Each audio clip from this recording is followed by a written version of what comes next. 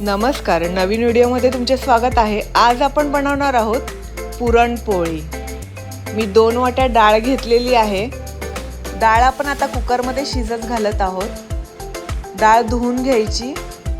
आता आपण डाळ शिजत घालत आहोत कुकरमध्ये।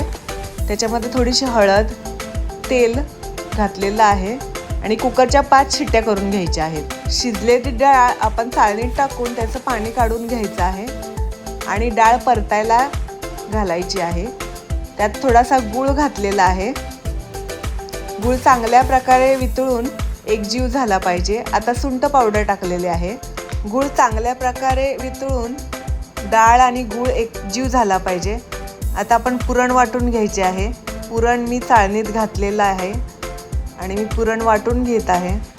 पुरण चांगल्या प्रकारे बारीक वाटून घ्यायचं आहे, जेणेकरून आपल्या पोळ्या फुटणार नाहीत आणि मऊसूद होतील। आता मी पीठ मळून घेत आहे।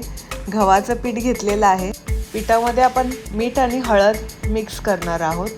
हळदीमुळे पोळ्यांना चांगल्या प्रकारे कलर येतो।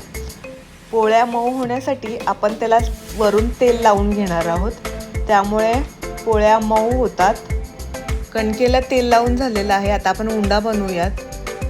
जेवढे कणिक घेतलेली आहे तेवढंच पुरण घ्यायचं आहे, त्यामुळे पोळ्या लुसलुशीत होतात। कणकेमध्ये पुरण भरून घेतलेलं आहे आणि चांगल्या प्रकारे बंद करून घ्यायचं आहे, नाहीतर पुरण आपलं बाहेर निघण्याची शक्यता असते। आता मी पोळी लाटून घेत आहे।